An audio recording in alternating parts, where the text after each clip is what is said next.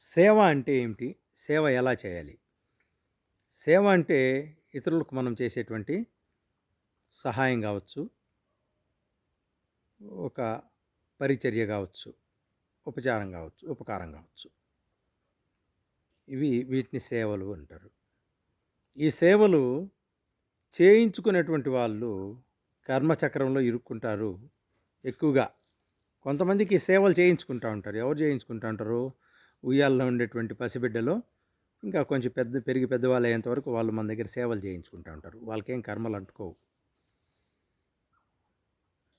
ఊరికే మనకు శక్తి ఉండి గూడా, ఇదిగో ఆ వాటర్ బాటిల్ ఎటు తీసుకురా, ఇదిగో ఆ పని చెయ్యి అంటే మనం లేసిపోయి తెచ్చుకోగలిగి గూడా ఇంకొకరికి చెప్పడం.